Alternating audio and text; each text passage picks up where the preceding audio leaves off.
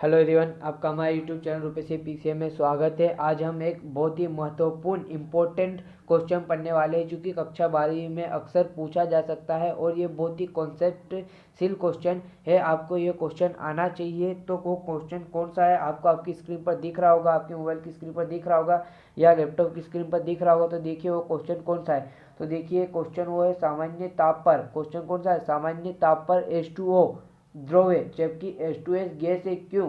कारण लिखिए। आपने ये प्रश्न पढ़ लिया होगा। देखिए हमारा प्रश्न हमें क्या बोल रहा है कि प्रश्न बोल रहा है कि सामान्य ताप पर जो H2O को आप पहचानते हो, पानी, जल जिसे आप पीते हो,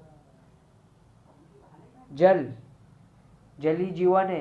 तो जल H2O के अणु जो कि ये द्रव अवस्था में पाया जाता है। द्रव आपको पता है,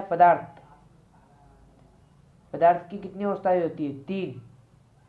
कौन कौन सी? ठोस, द्रव और गैस। तो जो H2O होता है वो सामान्य ताप पर द्रव अवस्था में पाया जाता है। क्यों?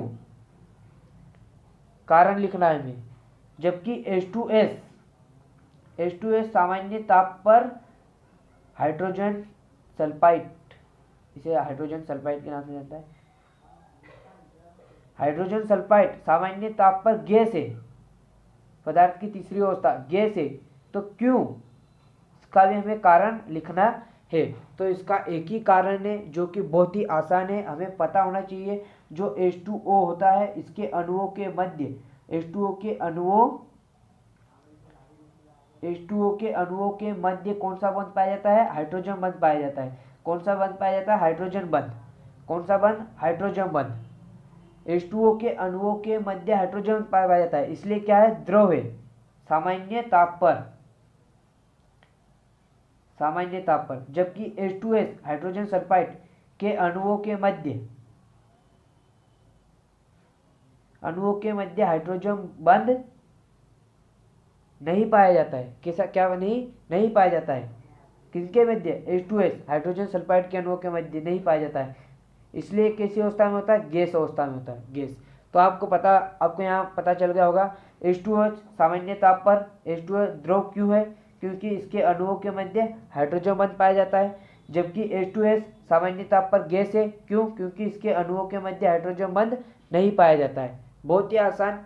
देखिए आप लिख सकते हो, क्या लिख सकते हो आप कि आपके सामने का प्रश्न आ गया कि सामान्य ताप पर H2O द्रव है जबकि H2S गैस है, क्यों? कारण लिखिए। तो आप इसका कारण क्या लिखोगे?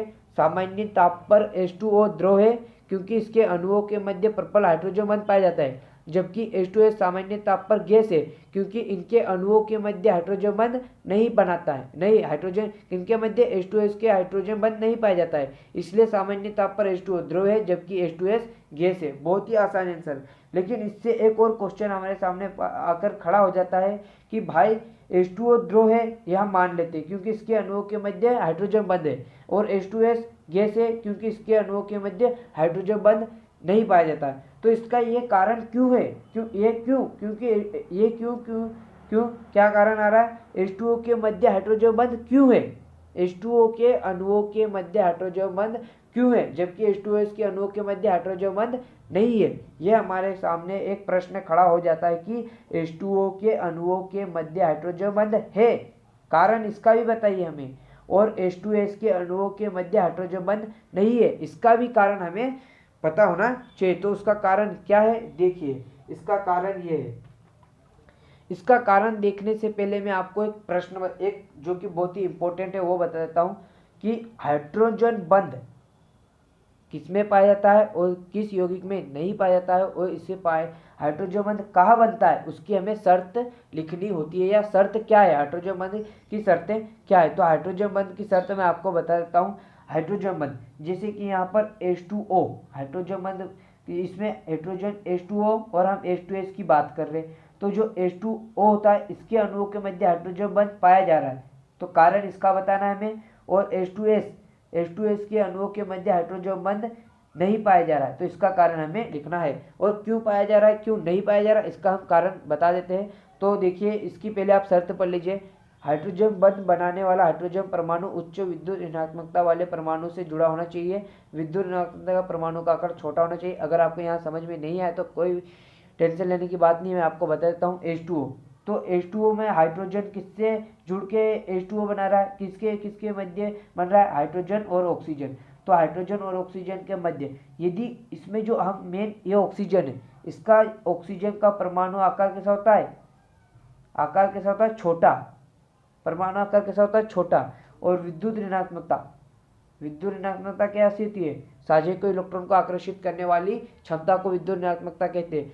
जो विद्युत ऋणात्मकता उच्च होती है, मतलब अगर ऑक्सीजन की विद्युत ऋणात्मकता कैसी होती है, उच्च, और परमाणु आकार कैसा होता है, छोटा होने के कारण ये कैसा क्या बना रहा है, हाइड्रोजन बंध बना रहा है। हाइड्रोजन बंध बनाने की शर्त आपने पढ़ लिया होगा, विद्युत ऋणात्मकता कैसी होनी चाहिए, उच्च होनी चाहिए, उच्च विद्युत ऋणात्मकता और परमाणु आकार छोटा।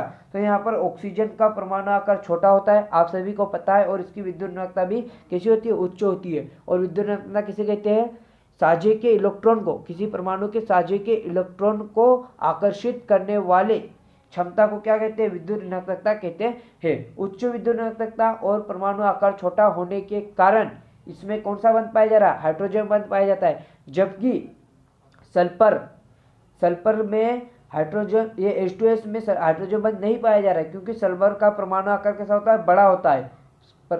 सल्फर का परमाणु आकार कैसा होता है, बड़ा होता है, और इसकी विद्युत ऋणात्मकता कैसी होती है, कम होती है। इसके कारण इसमें हाइड्रोजन बंध नहीं पाया जाता है। बहुत ही आसान है, आप याद रख सकते हो। देखिए, हाइड्रोजन बंध बनाने की शर्तों का अगर आप स्क्रीनशॉट लेना चाहते तो ले लीजिए। देखिए, हमारा जो क्वेश्चन था कि H2O के अणुओं के मध्य हाइड्रोजन बंध पाया जाता है, जबकि H2S के अणुओं के मध्य नहीं, क्यों? तो देखिए, H2O के अणुओं के मध्य हाइड्रोजन बंध पाया जाता है क्योंकि ऑक्सीजन का परमाणु आकार कैसा होता है, छोटा। परमाणु आकार कैसा होता है, छोटा। परमाणु आकार आपको दिख रहा होगा, परमाणु आकार छोटा तथा विद्युत ऋणात्मकता कैसी होती है, उच्च होती है। अगर आपको अगर हाइड्रोजन बंध पाए जाने की अगर आपको निर्माण की शर्तें लिखनी होगी तो आप लिख सकते हो परमाणु आकार का छोटा होना और विद्युत ऋणात्मकता का उच्च होना। अगर जिस तत्व की विद्युत ऋणात्मकता उच्च होती है उसकी जो उनके अणुओं के मध्य हाइड्रोजन बंध बन सकता है। तो देखिए, इनके ऑक्सीजन जो कि H2O के अणुओं में ऑक्सीजन होता है, उसका जो परमाणु आकार कैसा होता है, छोटा होता है, और विद्युत ऋणात्मकता कैसी होती है, उच्च होती है। इसलिए इसमें इसके अणुओं के मध्य क्या बन रहा है, हाइड्रोजन बंध बन रहा है। जबकि H2S के अणुओं के मध्य हाइड्रोजन बंध नहीं बन रहा है, क्योंकि सल्फर का परमाणु आकार कैसा होता है, बड़ा, तथा विद्युत ऋणात्मकता कम होती है। तो इस प्रकार आप इन प्रश्नों के उत्तर लिख सकते हो। सबसे पहले हमारा प्रश्न क्या था, तो सबसे पहला हमारा प्रश्न था ये। अगर आपने अभी इसके स्क्रीनशॉट नहीं लिया तो ले लीजिए। हमारा प्रश्न था सामान्य ताप पर H2O द्रव है जबकि H2S गैस है, क्यों?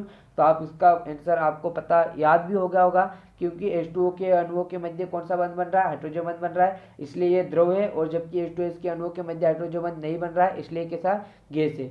और ये हमारा दूसरा क्वेश्चन था कि H2O के अणुओं के मध्य हाइड्रोजन बंध क्यों है और H2S के अणुओं के मध्य हाइड्रोजन बंध क्यों नहीं है। तो इसका कारण यह है क्योंकि ऑक्सीजन का परमाणु आकार छोटा और विद्युत ऋणात्मकता कैसी होती है, उच्च होती है। और सल्फर का परमाणु आकार कैसा होता है, बड़ा होता है, और विद्युत ऋणात्मकता कैसी होती है, कम होती है। तो यही कारण था। आपको इन दोनों क्वेश्चनों का आंसर पता चल गया होगा। ये बहुत ही इंपॉर्टेंट है कक्षा 12वीं के छात्रों के लिए, तो आपको ये याद कर लेना चाहिए, आपको आपकी कॉपी में भी लिख लेना चाहिए। तो आज के लिए इतना ही। अगर आपने हमारी वीडियो को लाइक नहीं किया तो लाइक कर दीजिएगा, और चैनल को सब्सक्राइब नहीं किया तो सब्सक्राइब कर दीजिएगा, और अपने दोस्तों के साथ शेयर भी कर दीजिएगा। आज के लिए इतना ही, मिलते हैं अगले वीडियो में। जय हिंद।